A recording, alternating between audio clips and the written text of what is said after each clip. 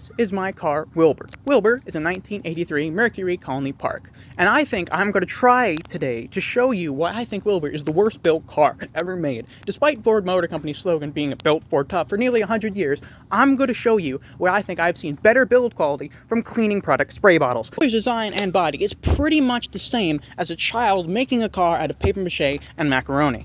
Every single door and panel is really thin at the top, and you can barely stick your finger in at the bottom.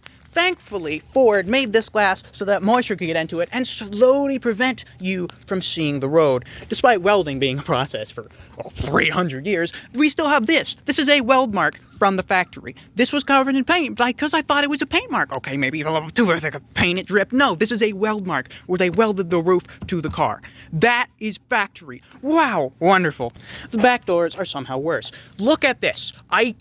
Wow, wonderful Ford, absolutely beautiful. Look, oh yeah, look, This holding the glass back in, yeah, this isn't connected to anything. Oh yeah, that's just, yep, there. Oh, and if you get that in a second, glass smattered.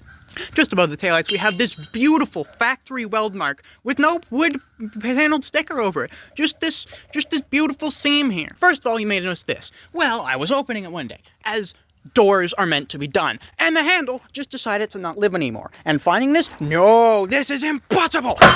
Don't make me started. Look at this paneling. Look at this. How is this even possible? I don't understand how it's even maybe even remotely possible to create panels that line up with nearly a centimeter of difference. Now, at least they latch good. No, they don't. If you can see here, this is where the doors latch on. And because putting the panels together was such a difficult process somehow, they have to stack washers unique to each and every car to get this farther out so that will close as good as it can on a lot of cars. And it won't even put panel gaps over here. Okay, on the other side, no. Wonderful Rolls-Royce Mercedes quality. Moving along to the doors, you may say to yourself, Connor, oh, the door is slightly open. It's cracked, with half latches. No, that's it. This is fully closed. That's half latched. You think the door is constantly open due to how poorly the panels are implemented into the body. Moving along to the driver's door. The driver's door. How simple of a piece that is. You may notice this whoopty here. It's a bend. And this car has never been in an accident.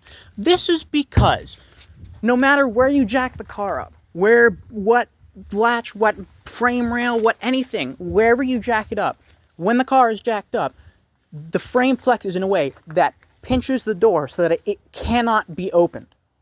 And I tried to open it once, not knowing this, and just completely bent it. You know what? No, I'll show you. Wonderful. I've jacked Wilbur up. Okay, maybe you want to change the tire. You just want to take a look under the car. Okay, let me open the door.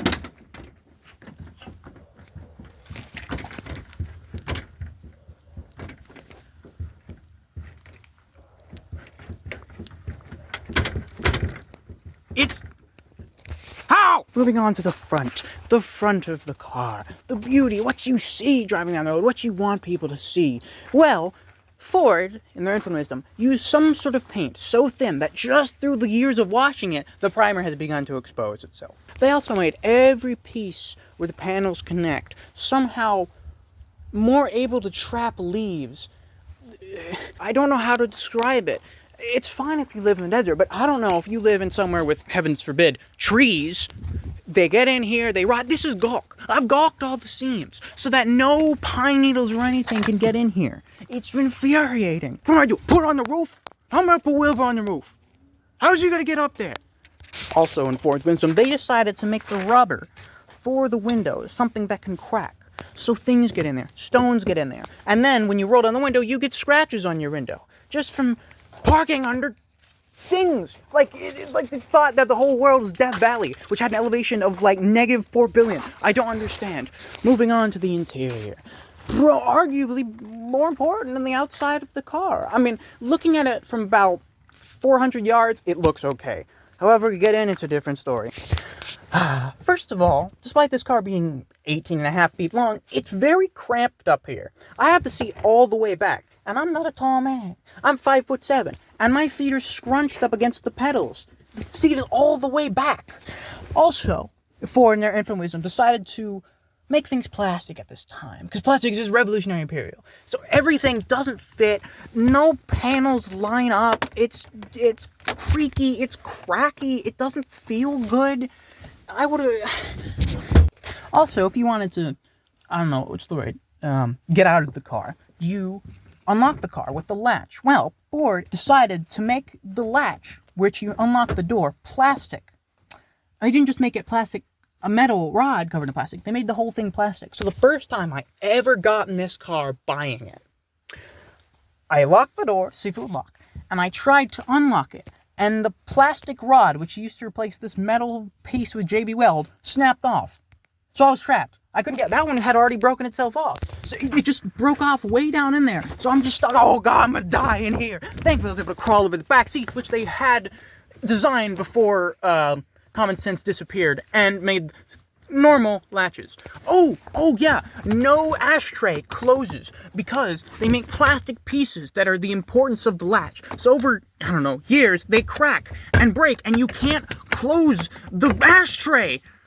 Despite restaurants being a thing since thousands and thousands of years ago, and heck, fast food restaurants where you stay in your car since the 50s. Despite this car being able to seat 10 people, it has not 3, not 4, not 5, but 0 cup holders. I had to find this just to put this in here. What am I supposed to do if you get a drink? Huh? We're aliens supposed to drive this car. We just grab some Slurp juice and then just have it in your pack. No, cup holders were a thing. I'm pretty sure cups were invented by the 1980s. I wasn't back then, so I don't know, but I would wager guess that it is. The steering wheel, where you drive the car. Well, there used to be a plastic cover over this. A thin plastic cover. And despite it being normalized that the horn was where you press the steering wheel, I got in this car and I thought, oh, let me check the horn. Press, and I cracked it into a million pieces. Because the horn's not here, you push in the turn signal stalk. You push in the turn signal stalk for the horn. Oh, it appears there's a small child is right in front of me. Let me reach around here, this gigantic steering wheel, and press this while taking my other hand off the steering wheel. The door panels, the panels to the door, are made with cardboard. They are made with cardboard. Cardboard. Cardboard. The horn being here, if you have these things called legs, when you enter the car and swing your knees up around, almost always you hit the horn and give yourself several strokes in the process. Additionally, you see classic cars with oil pressure, temperature, all these things that will indicate you whether the car is okay. However, Ford decided that, nah, fuel speed. So it does have a temperature light. However, if the temperature light goes on, the car has already become Chernobyl. Additionally, it doesn't have a charging gauge. It's just a battery. So your battery will be dead before the light comes on. So helpful. The poor designing and poor everything even extends to what you can't see. The carpet. So rust has been a problem in the 80s. It was always a problem since cars were being made in the 1910s. But they didn't care. So they somehow found the worst material to insulate the bottom of the car I've ever seen. It's this lint and, diaper material that you can see brown because it absorbs water. It gets under the carpet and it absorbs water. And that was what caused this car to have holes the size of watermelons in the floor. I just have nothing. It's just the carpet and steel. So now when this car moves, it sounds like a tin can full of nails. The wires for the roof are held up with tape. It's nice tape. It is nice tape. It's this fancy flex tape stuff. But it's tape. Screws hadn't been invented by this point. So, tape was kind of what they had. Leaves in there. See those circles there? Those are rivets designed to put the quarter panels to the body. But when they put the quarter panels on, they didn't fit, so they just bashed it with the hammer, leaving imprints and bare metal where it can rust. Additionally, they just gawked this piece. This isn't my doing, this is their doing. They gawked it. They put gawk on a brand new car. There's 5 washers. Because this door was so poorly fitted, they put 5 washers in there. The amount of Monday energy in this car build is something that... Ooh, Amazon. This piece is what holds the trim of where you put your feet to the car. But the problem is the frame rails down here, when I took it off, they rusted because they drilled the holes in after they didn't drill it before. So that means that they drilled it in, which means bare metal is exposed, so it rusted. So these won't fit anymore because there's no holes for them to screw into because it's rusted, because they just did it. Look at this trim, look at this weather stripping as well. What is this? The seat is all the way on, by the way. This is all the way on. All the latches are touching.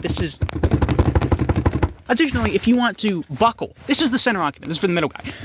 These two on the sides just fall in. So you have to go on a spelunking expedition to try to find dodging bits of hair and rotten cheese and glass to find the thing to buckle yourself up. The rear seat folds down, which is incredible, which means you can haul a lot of stuff. It is so difficult to latch. Put it back in. Latch.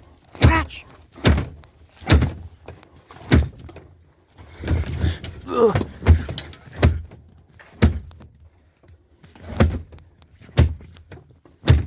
It won't latch. Oh no, door, right? Just. Is it broken now?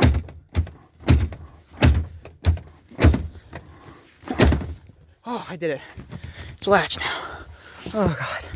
Oh my god, my blood pressure. Oh, I'm gonna have a stroke.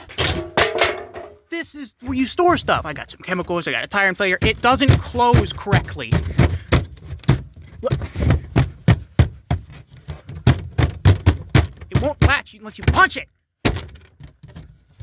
Now it's latched. Congratulations. There are 6 speakers in this car. 2 of them work. That one and that one. Because they are made of paper. You know what paper does? You know why we haven't built houses out of it? Because it's paper. It's paper. It tears. It rots. Why do we use it for speakers? Oh, well, Connor, the mechanics are good, right? No. The engine exploded. I paid 25 cents for this car, and I overpaid more than I have in my entire life. I drove it home. It felt amazing. Well, I drove it onto a trailer, and then they trailered it back, and I drove it home, and amazing. And the next morning I started up, I heard it sounded like a cable bridge snapping. It was horrible. Grinding and crashing. Turns out the engine had just said, nah, I don't feel like it today. I still don't know what happened, but every single push ride in the engine just died. Let me show you. For those of you non-car people, bad. These are supposed to be straight. Very straight. 7 of the 16 push rods decided to just die. I don't understand. Why? Well, somehow Wilbur is amazing. And I put it back together and he runs now. Well, I mean, look at this. Look at this Ferrari racing suspension. Look at this. This is also the fitment of some of the panels. This is factory. Look at this. Let's also make it where somehow the connections to the seat can rust. He's a dog. He's come to save me. Save me, please. Oh, doggy, doggy, doggy, doggy. Doggy pee-pee. Doggy pee-pee. Look at this. What is that? It's like putty. It's putty. It's repair putty. It's Pacific Drive car. It's putty. Yeah, this isn't a girl. I finished a photo of a duck. I like this photo. It's a pretty photo. It's a duck. It's just a photo of a duck. I know how they got that scar? Yeah. I was removing the seats. I was gonna do something for once. I was still proud of this car. A rusted spring shut out and impaled me. I thought I was dead. I just like, nah, he killed me. This is it. I didn't want that on my tombstone, but you know what? Killed by seat spring. Wonderful.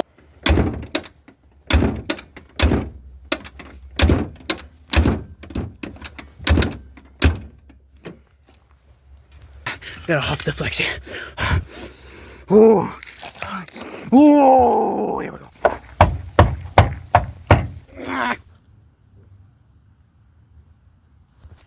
Bungo cat. Even in this. Booga, booga, booga, booga, booga. Oh, no. Let's also put in the vents nothing. That way you get a pen up there. Oh, you now have pen flavored air. Drop some cheese in there. You'll never get that out. At least you can evade the police because the type of metal they use for the VIN number.